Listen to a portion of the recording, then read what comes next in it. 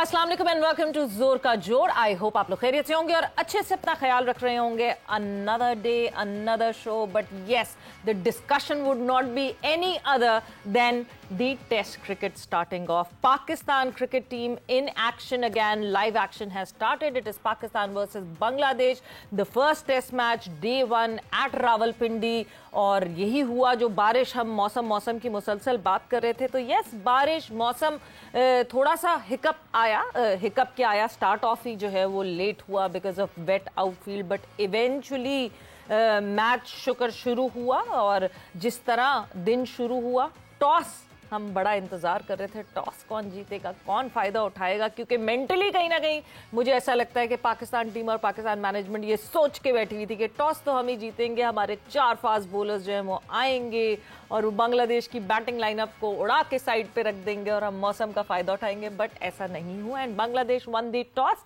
And भरपूर फायदा उठाया उन्होंने मॉइस्चर इन द पिच का। और एक टाइम ऐसा आया जहां पाकिस्तान कि जो शुरू की ऊपर की 3 विकेटें थीं वो ऐसे तितर बितर होके गिरना शुरू हुई, जहां पे एक 16 for 3 पाकिस्तान स्टैंड कर रहा था। वहां से साइम अयूब एंड सऊद शकील ने जो है वो संभाला। शान मसूद का आउट क्या कंट्रोवर्शियल है, क्या हुआ, गलत डिसीजन, सही decision, Abdullah Shafique could not get it and उनसे ज्यादा अच्छी तरीके से हसन महमूद जो कि बॉलिंग कर रहे थे उन्होंने अंडरस्टैंड किया कि अब्दुल्ला कहाँ फंसेंगे and the way he shifted and conditions को रीड करके जिस तरह उन्होंने बॉलिंग की। Hats off to Bangladeshi bowlers right now, hats off to Bangladesh team right now, जिस तरह चैलेंज पुटअप किया, जितने एक्साइटेड वो लग रहे हैं, जितनी एंथुजियाज्म उनमें लग रही है। कॉन्ट्ररी पाकिस्तानी बैटर्स में उस तरह शुरुआत नहीं दिखी। Babar Azam, yes we call him the king, मगर he is not performing as the king at all right now and we need to see कि क्यों नहीं। Babar Azam needs to leave all the baggage behind him, क्योंकि जब से बाबर आजम गेम्स के अलावा और बाकी सारी चीज़ों के बारे में सोचना शुरू करने लगे हैं, the outside noise, the image building and everything, Babar Azam has not stayed as the batter as he was, because no doubt about it that Babar Azam is a very good batter.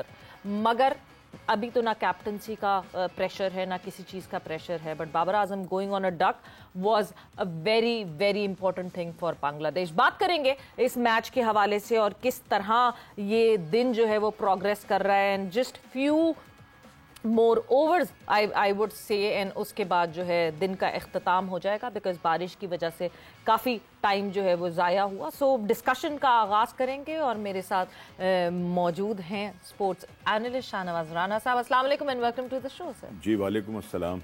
तो सबसे पहले तो डे 1 आखिरकार test cricket हमें फिर से देखने को मिल रही है। Pakistan is featuring in this format after almost 10 months. किस तरह आप एक्सप्लेन करेंगे इस डे 1 को? टेस्ट क्रिकेट ही होनी चाहिए बिल्कुल। अगर तो जो कहते हैं ना कि क्रिकेट की जो अगर हम बात करते हैं तो ये बाकी क्रिकेट जो हम देख रहे हैं ना मुसलसल बहुत अरसे से देख रहे हैं और मैं हाल में देखते ही रहेंगे, ये है असल में एक मेले ठेले वाला समा, एंटरटेनमेंट है। हाँ।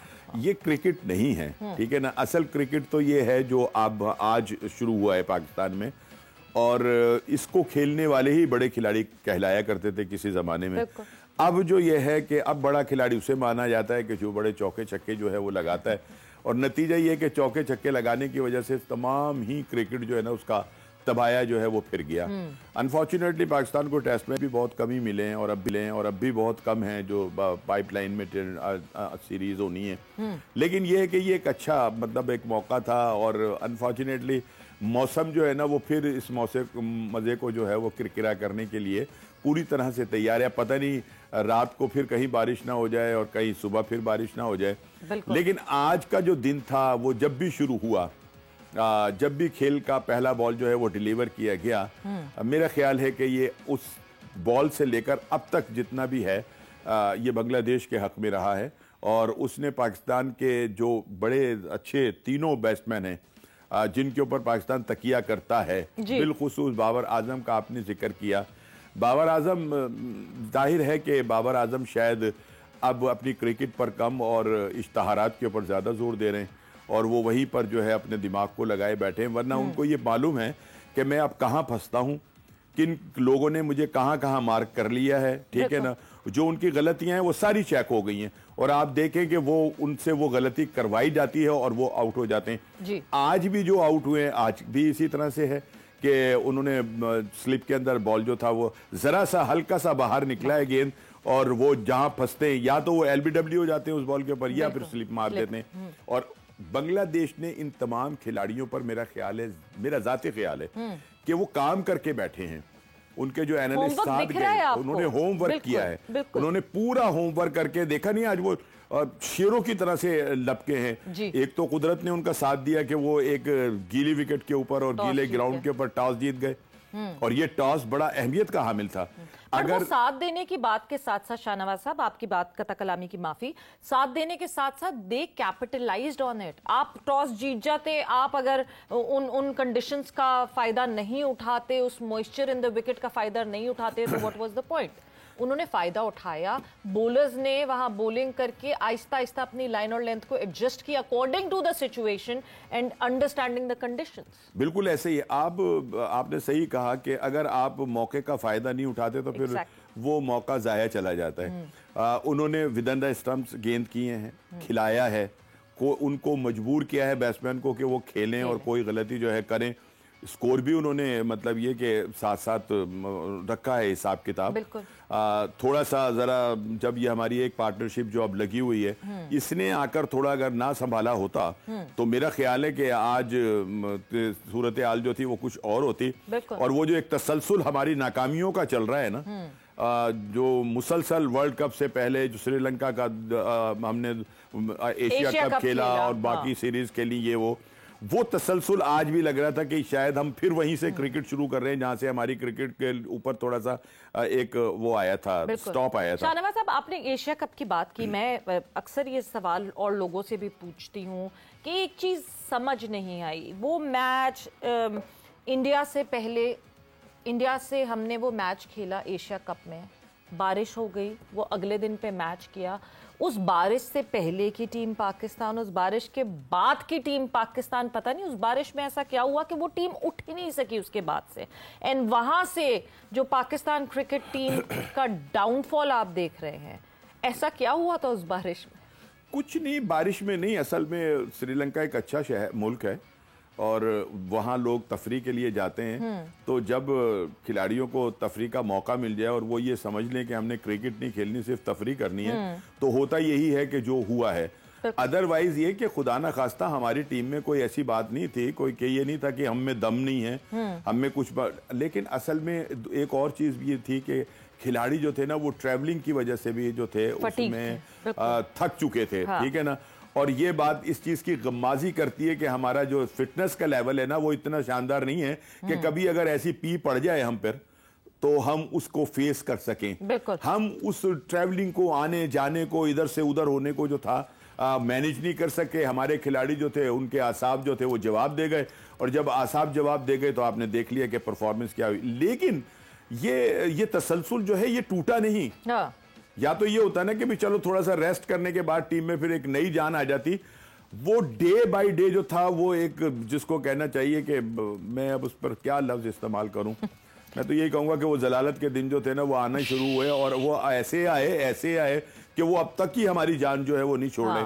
कुछ हमारे खिलाड़ी जो थे ना वो कुछ ओवर कॉन्फिडेंस भी थे, ठीक है। एक तो ये कि माशाल्लाह फॉर ग्रांटेड लेने लगे थे अपनी जगह को, लेने लगे थे। अब हम फॉर ग्रांटेड वाली जो आप बात कर रहे हैं, आज हम साइम अयूब को देखा खेलते हुए। साइम अयूब जो जिनका वाइट बॉल सीजन इतना अच्छा नहीं गया, वाइट बॉल में इतनी अच्छी परफॉर्मेंस नहीं की और नो लुक शॉट और इस तरह की एक्सूबरेंस की हम साइम अयूब के साथ रिलेट करते हैं बात, मगर आज जिस मैच्योरिटी से साइम अयूब ने अपने गेम ऑफ प्ले को चेंज किया अकॉर्डिंग टू द सिचुएशन, उन्होंने देखा कि 3 विकेटें इतनी अर्ली ऑन गिर चुकी हैं, सऊद के साथ एक पार्टनरशिप लगाना जरूरी है, अपने कहते हैं ना अपने शेल से निकल के, अपने शेल से निकल के एक अलग तरीके से परफॉर्म किया।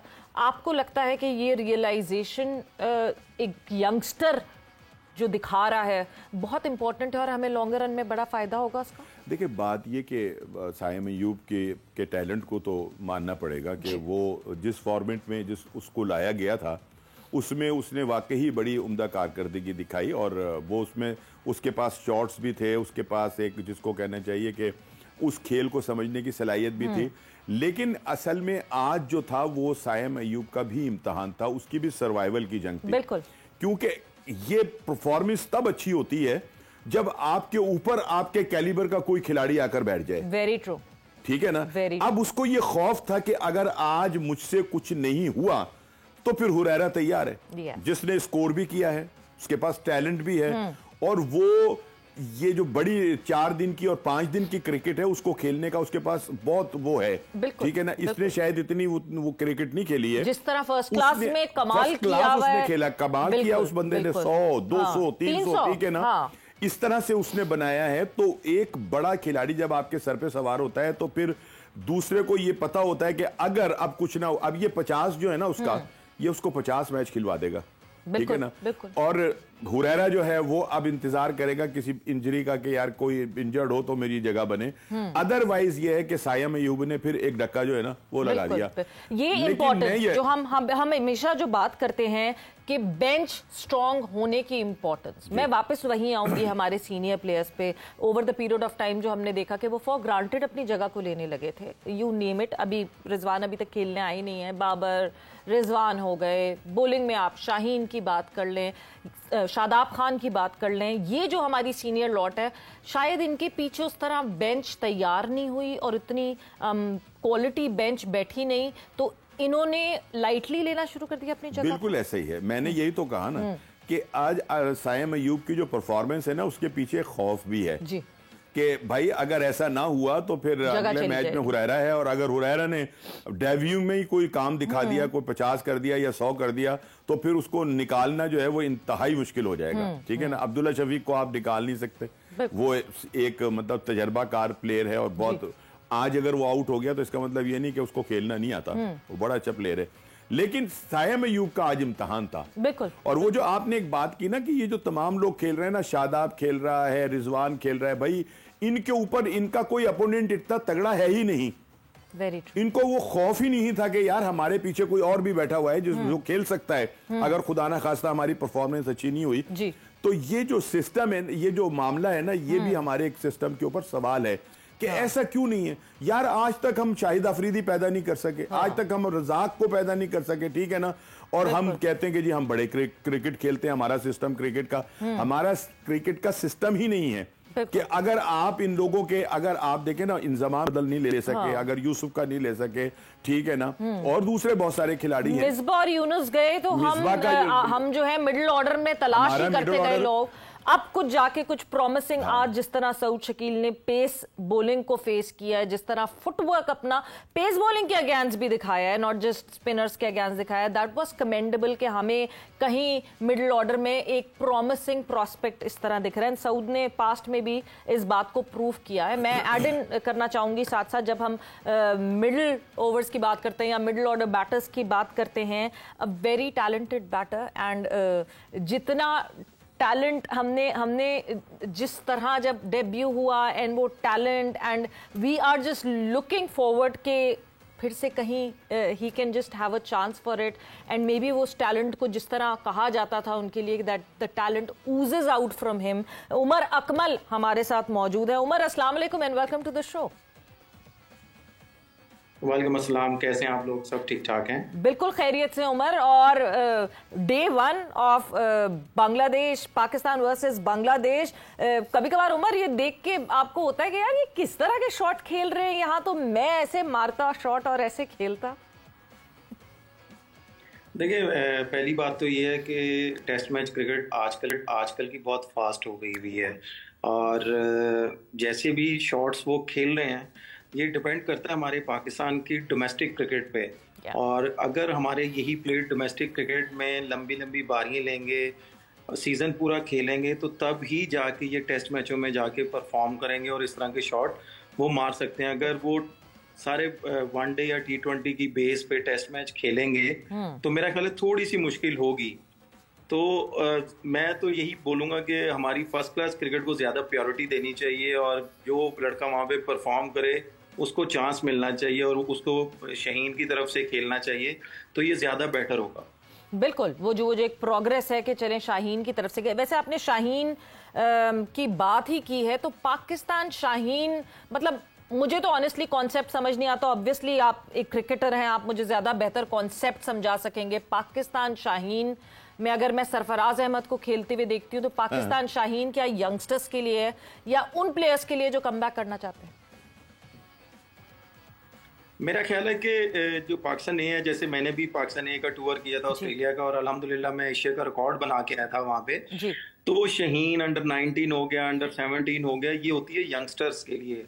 और मैक्सिमम 1 या 2 प्लेयर होते हैं जिनको कमबैक करवाना होता है। जैसे पाकिस्तान ए के टूर में हमारे कप्तान थे हफीज भाई, वो एज ए कप्तान आए थे और उसके बाद सारे ही टोटली यंगस्टर लड़के थे। तो मेरा ख्याल है कि इस टीम बांग्लादेश ए के खिलाफ हमें पूरी यंग टीम खिलानी चाहिए थी, बजाय कि हम नसीम शाह, सरफराज को और बाकी के 7-8 प्लेयर हमने जो पाकिस्तान टीम के हैं हमने उनमें शाहीन में डाले। तो मेरा ख्याल है कि शाहीन में अगर हम यंग लड़के खिलाते तो वो ज़्यादा बेटर था, आपको उससे बहुत अच्छा टैलेंट मिल सकता था। और जिन्होंने अगर वहाँ पे कोई लड़का परफॉर्म करता तो आपके आने वाली क्रिकेट पे वो बहुत अच्छा इफेक्ट हो सकता था, आपका बेंच बहुत ज्यादा मजबूत हो सकता था उससे। बेंच मजबूत करने की हम उमर बात कर रहे हैं, अभी शाहनवाज साहब भी यहाँ हमारे साथ मौजूद थे। हम बेंच मजबूत करने की, हम रोटेशन की बात कर रहे हैं। ये जो पाकिस्तान क्रिकेट का अब सीजन आया है, ये सबसे रिगरस और लंबा और बहुत ज़्यादा मुश्किल सीजन होगा। गिन चुन के हमारे पास 20 से 25 लड़के हैं, मगर अगर मैं पाकिस्तान के पूरे FTP की आपको वो बताऊं तो अभी हम बांग्लादेश से खेल रहे हैं, पाकिस्तान का टूर कर रही है बांग्लादेश, फिर इंग्लैंड ने टूर करना है पाकिस्तान का, उसके बाद पाकिस्तान ने ऑस्ट्रेलिया जाना है एंड 3 ODIs एंड 3 T20s खेलने, फिर पाकिस्तान ने जो है वो जिम्बाब्वे जाना है, फिर Pakistan tour to South Africa है, उसके बाद पाकिस्तान टूर टू, मतलब हम जनवरी तक जो है वो इधर से उधर घूमते रहेंगे जब तक चैंपियंस ट्रॉफी नहीं होगी। हम जब बेंच की बात करते हैं, इसमें रोटेशन जरूरी होगी, जाहिर सी बात है। लड़कों की फिटनेस का हमें पास्ट में भी पता चलता रहा है। आपको लगता है कहीं ना कहीं ये बात आके फंसेगी, अटकेगी कि हमारे पास प्लेयर ही नहीं है, क्योंकि इतने प्लेयर, इतनी ट्रैवलिंग, इतनी क्रिकेट खेली जाएगी कि फटीग्ड हो जाएंगे और फिर हमारे पास बैकअप पे प्लेयर्स नहीं होंगे? देखें, इसमें ये गोल्डन चांस था हमारे पास कि जैसे बांग्लादेश टीम आई, नो डाउट इंटरनेशनल साइड है और आप पाकिस्तान को हारता हुआ भी नहीं देख सकते। आप इसमें बहुत से नए प्लेयर को खिला सकते, बहुत से नए प्लेयरों को आप खिला सकते थे और वो उनका टैलेंट सामने आता, अगर वो परफॉर्म करते तो आपका एक बेंच मजबूत हो सकता था। अगर जैसे आगे हमारी इंटरनेशनल क्रिकेट बहुत आ रही है, अगर अल्लाह ना करे कोई प्लेयर अनफिट हो, जैसे हमारी अभी क्रिकेट में आमिर जमाल अनफिट हुए हैं, तो उसका ऑपोजिट हमें कोई मिला नहीं है। तो अगर इस तरह के प्लेयर हमें इस सीरीज में हम लोग खिलाते, तो अगर अल्लाह ना करे कोई प्लेयर अनफिट होता तो हमें ज्यादा मुश्किल ना होती, हम उस प्लेयर को रिप्लेस कर सकते थे। और जहां तक बात रही है डोमेस्टिक की, बहुत लंबा सीजन है, मेरा ख्याल है कि अभी तक डोमेस्टिक जितनी भी हुई है, जैसे मैं भी हर साल डोमेस्टिक खेलता हूँ, मैं कोई भी मैच नहीं छोड़ता, चाहे रेड बॉल है चाहे व्हाइट बॉल है, जो भी हो मैं खेलता हूँ। अब देखे ना कि जो भी है कि टेस्ट मैच मैं 2012 में आखिरी खेला हूँ और उसके बाद मुझे टेस्ट मैच खिलाया ही नहीं गया, लेकिन मैं टेस्ट मैच में कमबैक करने के लिए मैं रेड बॉल क्रिकेट खेल रहा हूँ, फर्स्ट क्लास क्रिकेट खेल रहा हूँ। आप मेरी हर साल की परफॉर्मेंस निकाल के देख लें कि मैं कहाँ पे फिनिश कर रहा हूँ। अगर जैसे आप ये कह लें कि अगर मुझे कमबैक करवाना हो इन्होंने, तो मुझे शाहीन में भी जाके खिला सकते थे, ऑस्ट्रेलिया भिजवा सकते थे, यहाँ पे बांग्लादेश आई थी उसके अगेंस्ट भी खिला सकते थे कि भाई उमर ने परफॉर्म किया हुआ है, टॉप 10 में इसने फिनिश किया, लास्ट सीजन भी इसने परफॉर्म किया हुआ है, हर साल ये परफॉर्म करता है रेड बॉल क्रिकेट में। तो मैं तो सिर्फ यही आपसे एक सवाल करूंगा और जितने लोग भी सुन रहे हैं कि रेड बॉल क्रिकेट में मैंने टेस्ट मैच में, आप मेरी एवरेज निकाल के देख लें, व्हाइट बॉल क्रिकेट में एवरेज निकाल के देख रहे हैं, T20 में एवरेज निकाल के देख रहे हैं, डोमेस्टिक की हो इंटरनेशनल की हो, तो मुझे ये समझ नहीं आ रही कि मेरा कमबैक क्यों नहीं हो रहा। मैं पिछले 6 साल से डोमेस्टिक खेल रहा हूँ, जब से मैं बाहर हुआ हूँ, मैं परफॉर्म कर रहा हूँ, कोशिश कर रहा हूँ, मैंने पाकिस्तान के लिए कमबैक करने के लिए, आपको भी पता है, आप माशाल्लाह मीडिया की सीनियर जर्नलिस्ट हैं और भी सीनियर जर्नलिस्ट हैं, आप उनसे भी पूछ सकते हैं कि मैं पाकिस्तान के लिए कमबैक करने के लिए मैंने कितनी लीगें छोड़ी हैं। बिल्कुल। आप मुझे एक बात बताएंगे, अगर मैंने सारी लीगें छोड़ी हैं पाकिस्तान के लिए कमबैक करने के लिए, तो फिर मेरा क्या कसूर है? मुझे क्यों नहीं कमबैक करवाया जा रहा? या तो मुझे एक क्लियर कट एक मैसेज दे दें कि भाई हमने आपके लिए इंटरनेशनल दरवाजे बंद कर दिए। जब मेरी बारी आती है नया तो सबको फिटनेस भी याद आ जाती है। और कहा जाता है जी उमर नया सेटअप है, नया सेटअप आया है, नए सेटअप में आपको लगता है कि उनसे बैठ के बात की जाए और शायद कुछ चेंज हो। हम ब्रेक पर जा रहे हैं उमर अभी, और जब ब्रेक से वापस आएंगे तो हम यहीं से कहेंगे कि उमर अकमल को क्या करना पड़ेगा कि वो टीम का हिस्सा बन सकें। रन्स तो वो कर रहे हैं डोमेस्टिक में, मगर क्या वो रन्स काफी हैं या what is next for him? Break पर जा रहे हैं, ब्रेक से वापस आएंगे तो कंटिन्यू करेंगे इस डिस्कशन को, day 1 of Pakistan versus Bangladesh after this break.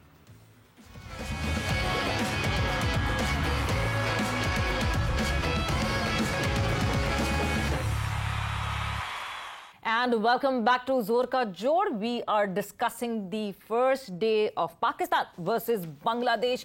पहले दिन का मुकाबला और पहले दिन में क्या हुआ क्या नहीं हुआ, उसके साथ साथ हमारी ये कॉन्वर्जेशन चल रही है। उमर अकमल हमारे साथ मौजूद हैं, शाहनवाज राना साहब हमारे साथ मौजूद हैं, और उस कॉन्वर्जेशन को आगे बढ़ाते हैं। ब्रेक पे जाने से पहले उमर, आपकी तरफ मैंने एक सवाल ये जरूर डाला था और लोगों से भी ये सवाल पूछा था कि उमर अकमल को और क्या करना पड़ेगा रन्स बनाने के, फर्स्ट क्लास में रन्स बनाएं, डोमेस्टिक में रन्स बनाएं, कि वो टीम का हिस्सा फिर से बन सके। उमर, नया सेटअप है, नए लोग जो हैं वो डिसीजन मेकर्स बने हैं, कोई किसी से ये बात हुई? बिकॉज अगर आपकी मुसलसल परफॉर्मेंसेस आ रही हैं और अभी फिर एक डोमेस्टिक सीजन शुरू होने वाला है, सो कोई पर्टिकुलरली आपकी कोई बात हुई इस नए सेटअप में? नहीं, अभी तक तो मेरी किसी के साथ बात नहीं हुई, और मैंने अपना ट्रेनिंग कर रहा हूँ, प्रैक्टिस कर रहा हूँ, जो भी चीज़ें थी वो अपनी मैंने पूरी कंप्लीट की हैं। आपने देखा भी होगा मीडिया पे, सोशल मीडिया पे। लेकिन बात वहीं पे आ जाती है कि मेरा कैरियर कहाँ पे स्टैंड कर रहा है। अब जब मेरी, जैसे मैंने अभी ब्रेक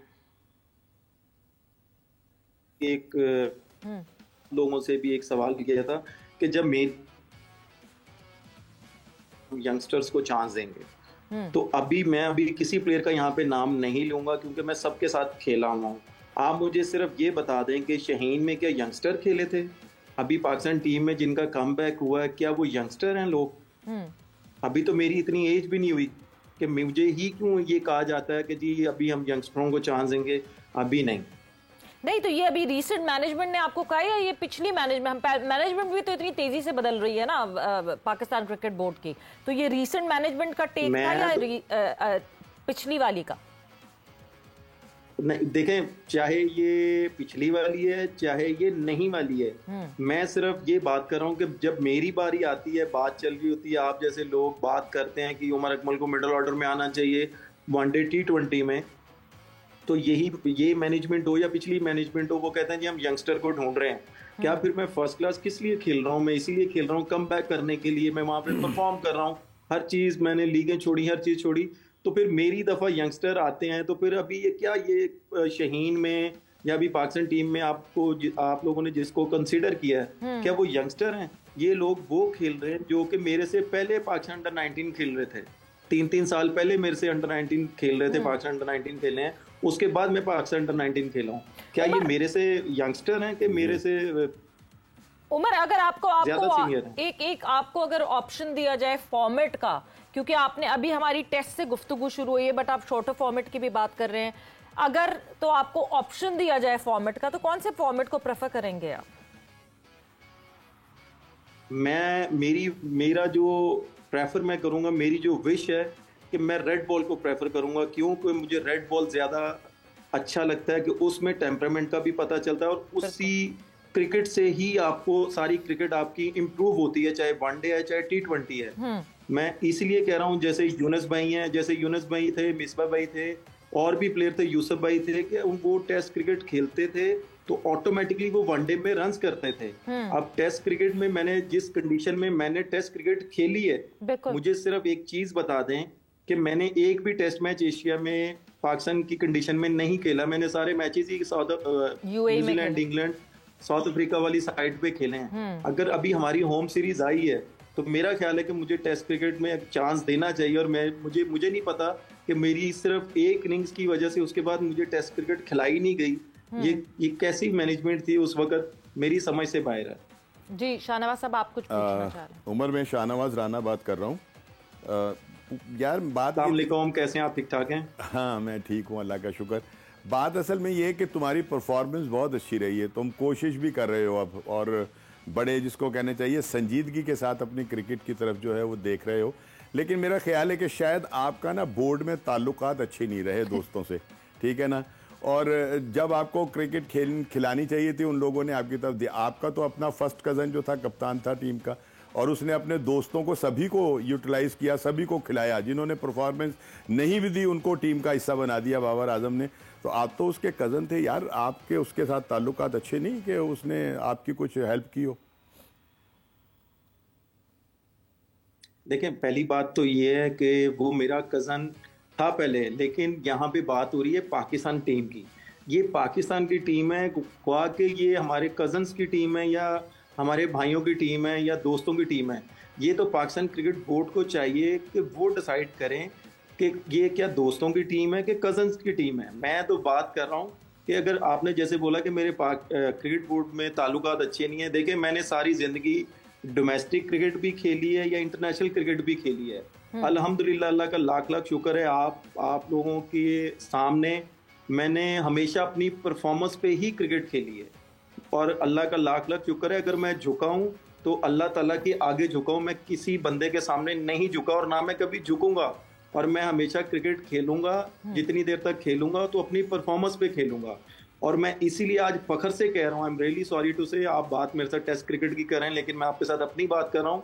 और ये मेरा ख्याल है कि ये राइट टाइम है मेरे से मैं अपनी बात करूँ यहाँ पे। और अल्लाह ताला ने ये हुक्म दिया है कि आप अपने हक के लिए बात कर सकते हैं। तो अगर मैं जितनी देर तक क्रिकेट खेलूंगा मैं अपनी परफॉर्मेंस पे खेलूंगा और मैं इंशाल्लाह ताला किसी इंसान के आगे नहीं झुकूंगा। अगर झुकूंगा तो अल्लाह ताला के आगे झुकूंगा। और मेरी परफॉर्मेंस आप सबके सामने है, मैं डोमेस्टिक भी खेल रहा हूँ, हर चीज़ कर रहा हूँ कम बैक करने के लिए। अगर ये नहीं कम बैक करवा रहे तो ये सवाल मैं मीडिया से रिक्वेस्ट करता हूँ कि मीडिया इनसे सवाल करे कि भाई आप अगर वो डोमेस्टिक खेल रहा है, आप मैच रेफरी से जाके पूछें, करंट अंपायरों से जाके पूछें, क्या वो फर्स्ट क्लास क्रिकेट जब खेलता है क्या वो फील्डिंग पूरे ओवर नहीं करता? वो क्या बाहर चला जाता है, एक एक घंटा बाहर जाके बैठता है? जो आपके करंट प्लेयर आते हैं खेलने के लिए डोमेस्टिक, वो तो एक एक घंटा बाहर बैठते हैं। जब बाहर जाते हैं किसी बहाने से वो बाहर जाते हैं, मैं नाम लेना नहीं चाहता, मैंने जैसे पहले बोला मैं किसी प्लेयर का नाम नहीं लूंगा। अच्छा, एक मैच रेफरी से पूछें कि भाई क्या उमर क्या करता है वहां पे जब डोमेस्टिक खेलता है? उमर इस वक्त, मैं तो एक ओवर के लिए बाहर नहीं जाता। इस वक्त सिलेक्शन कमेटी के हेल्म पे जो है वो मोहम्मद यूसुफ मौजूद हैं, असद शफीक मौजूद हैं, उनसे बात हुई आपकी? बिकॉज देखें जितना बेहतर जो सिलेक्शन कमेटी है, जो सिलेक्टर्स हैं वो बता सकते हैं कि वो क्या देख रहे हैं, वो क्या लुक फॉरवर्ड कर रहे हैं। मोहम्मद यूसुफ तो ये दोनों ने कंटिन्यू किया, असद ने और मोहम्मद यूसुफ ने, देव कंटिन्यूड देयर सिलेक्शन कमेटी में जो पार्टिसिपेशन है। आपने इनसे बात की? देखें, पहली बात तो ये है कि सवेरा मैंने जो टेस्ट डेब्यू है मैंने यूसुफ भाई की कप्तानी में किया और मैं उनको सारा पता है। हाँ। असद शफीक के साथ मैं बहुत क्रिकेट खेला हूँ, यूसुफ भाई के साथ बहुत क्रिकेट खेला हूँ, उनकी कप्तानी में खेला हूँ। तो मेरा ख्याल है कि इन दोनों को मेरी एबिलिटी का पता है और इनको ये भी पता है कि मैं फर्स्ट क्लास क्रिकेट, जैसे इस साल डिपार्टमेंट क्रिकेट हुई है, असद मेरे अगेंस्ट खेला है और मैं वापडा की तरफ से खेला था और मैं एज ए कप्तान खेला था। असद को पता है कि मैं कैसा, मैंने टेम्परामेंट शो किया अपना और मैं जैसे मैंने अंदर रहा हूँ, मैं फील्डिंग में रहा हूँ, असद को सारा पता है। तो मेरा ख्याल है कि इनसे बात करना वो एक सेपरेट इशू है, लेकिन ऑटोमेटिकली इनको ये तो पता होगा ना कि भाई कौन प्लेयर किस कंडीशन में खेल रहा है और क्या वो कर रहा है, क्या उसकी एक्टिविटीज हैं। मैं तो हर रोज एकेडमी जा रहा हूँ, प्रैक्टिस कर रहा हूँ, ट्रेनिंग कर रहा हूँ, हर चीज कर रहा हूँ। अगर आपको मेरे पे नहीं तो आप जो एकेडमी में ट्रेनर हैं आप उनसे मेरी फीडबैक ले सकते हैं। मैं वहाँ पे बैटिंग सेशन कर रहा हूँ, वहाँ पे हाजी भाई हैं, उनसे आप मेरी फीडबैक ले सकते हैं कि भाई उमर कितने बजे आता है और कितने बजे वापस जाता है एकेडमी को छोड़ के। तो मैं इसके अलावा मैं क्या कर सकता हूँ? मेरा काम है मेहनत करना, बाकी खिलाना ना खिलाना क्रिकेट बोर्ड का काम है और मेरा ख्याल है कि ये क्रिकेट बोर्ड को सोचना चाहिए और सिलेक्शन कमेटी को सोचना चाहिए। बिल्कुल, कोई पॉलिसी ऐसी क्लैरिटी आनी चाहिए जिसमें आपको पता चले कि नहीं जी यंगस्टर्स हैं कि नहीं है। But before we move any further, another wicket falls for Pakistan and Saud Shakeel, जो कि बहुत अच्छा साइम अयूब और सऊद शकील की पार्टनरशिप चल रही थी। Saim Ayub goes back to the hut और 98 बॉल्स में 56 रन बना के जो है वो साइम अयूब इस पार्टनरशिप को, यहाँ पे ये टूटी है partnership. 114 for 4 Pakistan right now.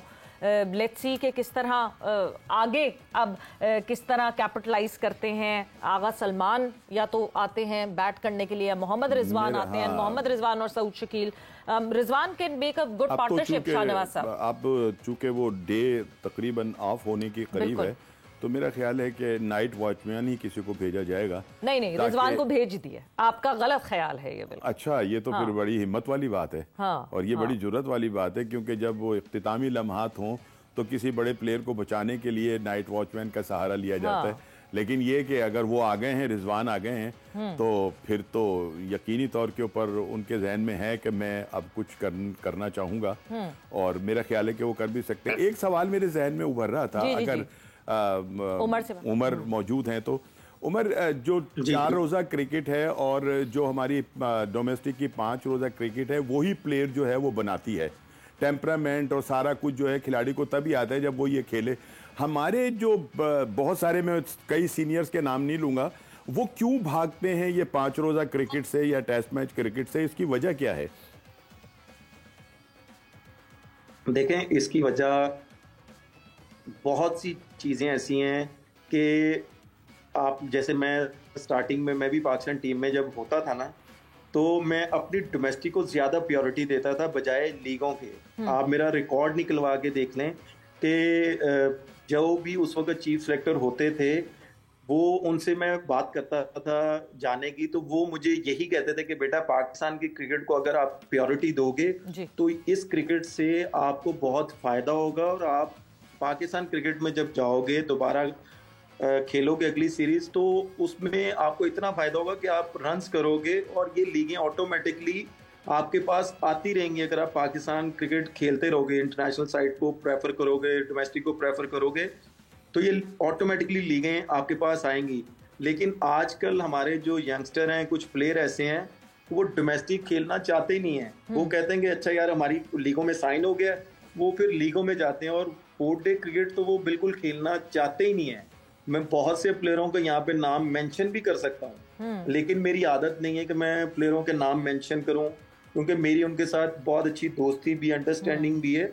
मैं कभी भी उनके नाम मेंशन नहीं करूंगा। लेकिन ये पाकिस्तान क्रिकेट प्लेयर्स से ज्यादा देखें, प्लेयर्स से ज्यादा प्लेयर्स की, बिल्कुल प्लेयर्स की रिस्पॉन्सिबिलिटी बिल्कुल होती है। आप एक रिस्पॉन्सिबल प्लेयर हैं, इस वजह से आप लीग्स को मिस आउट करके और आप डोमेस्टिक को प्रेफर करते हैं। बट साथ साथ मुझे लगता है कि बोर्ड की भी रिस्पॉन्सिबिलिटी होती है। अभी लास्ट ईयर हमारा यहाँ पे डोमेस्टिक चल रहा था, एंड आपने जो है आजम खान को और साइम अयूब को जो है वो CPL खेलने भेज दिया था। तो हम भी एज अ बोर्ड, हमारा बोर्ड भी प्रेसिडेंट्स अच्छे सेट नहीं करता। मतलब बोर्ड के लोग खुद ये कहते हुए दिखते हैं कि ये क्या सीखेगा हमारे डोमेस्टिक में, CPL में जाके जरा बेहतर सीख लेगा।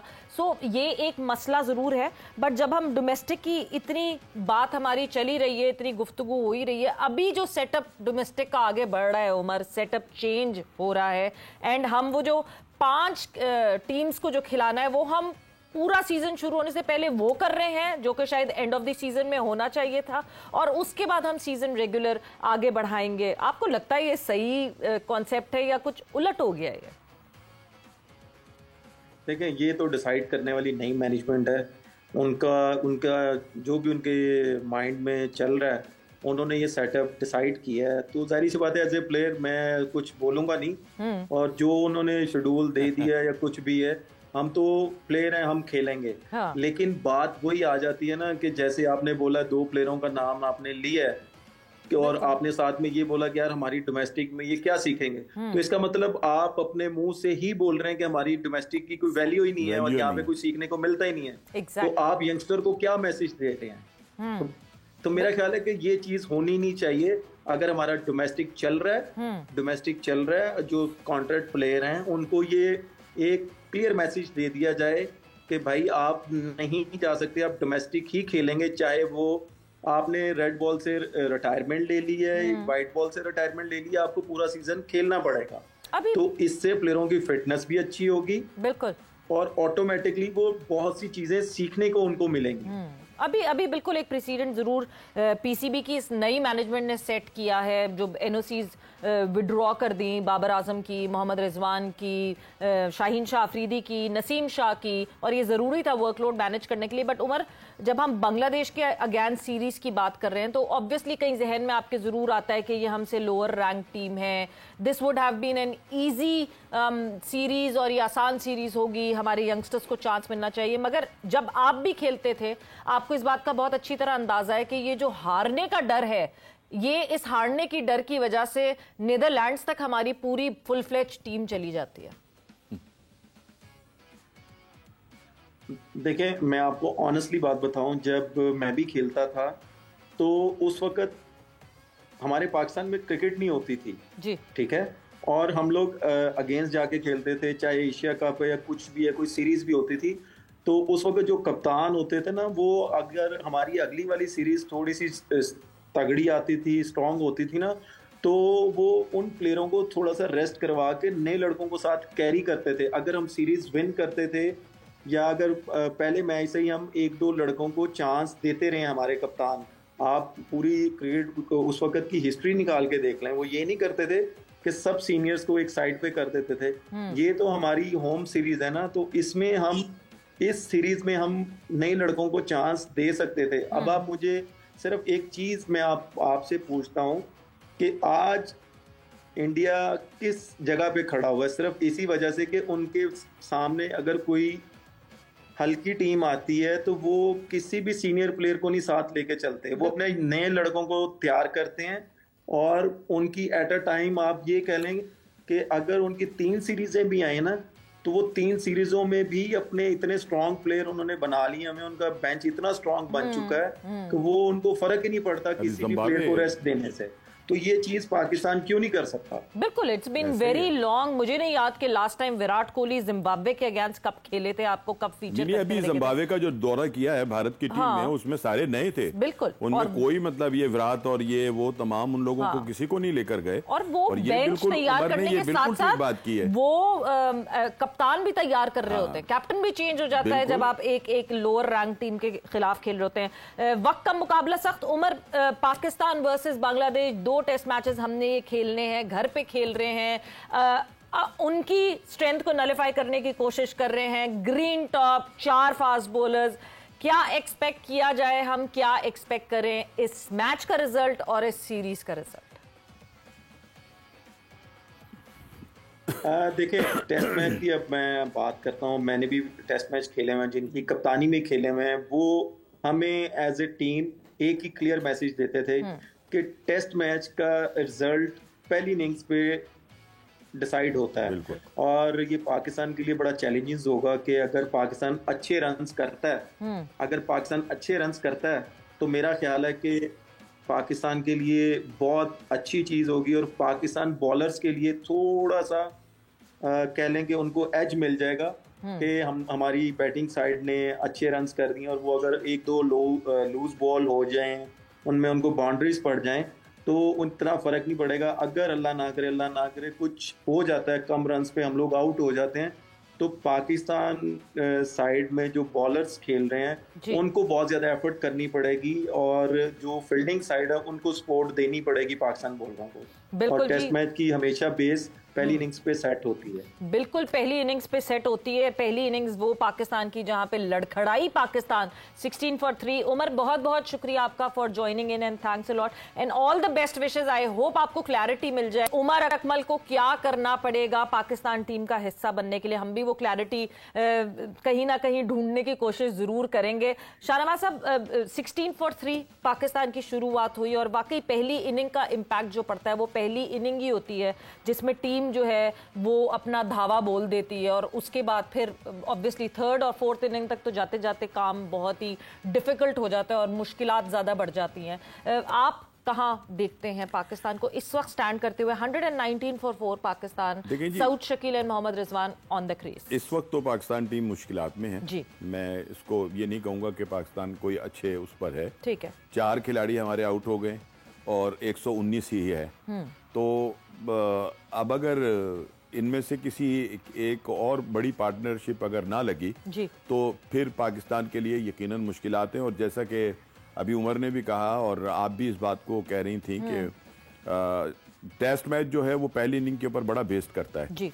अगर यहाँ पर स्कोर अच्छा कर देते हैं तो पाकिस्तान की बॉलिंग जो है ना वो हम हमेशा कहते हैं बहुत अच्छी है। हालांकि इस गुरूर ने ही हमें ना बहुत सारी चीजों पे ना शर्मिंदा किया। नंबर 1 बॉलिंग जो है वो हमारे सामने आ गई, बज़ाहिर बहुत अच्छी है, बज़ाहिर बहुत अच्छी है, लेकिन ये कि हमें अच्छा स्कोर करना होगा तभी हमारे बॉलर जो है वो अच्छी बॉलिंग कर सकेंगे। बिल्कुल जी, अच्छा स्कोर करना होगा। शान मसूद ने भी प्रेस कॉन्फ्रेंस में यही कहा था कि हमारे बॉलर्स को एटलीस्ट बैटर्स इतना मार्जिन दें, इतना टाइम दें कि वो अच्छी बॉलिंग कर सके और उनको उतना टाइम मिले। हमें 20 की 20 विकेटें हासिल करनी है। विद दैट वक्त यहां पे खत्म हो गया है। It is Pakistan versus Bangladesh, the first test, day 1, almost at the verge of ending. 109 for 4 Pakistan. Let's see how does this day end in the eventually. And yes, वक्त खत्म हो गया जोर का जोड़ का। आपका बहुत बहुत शुक्रिया फॉर ज्वाइनिंग इन एंड आप लोग का बहुत बहुत शुक्रिया for joining in. Take care, bye bye, अल्लाह हाफिज।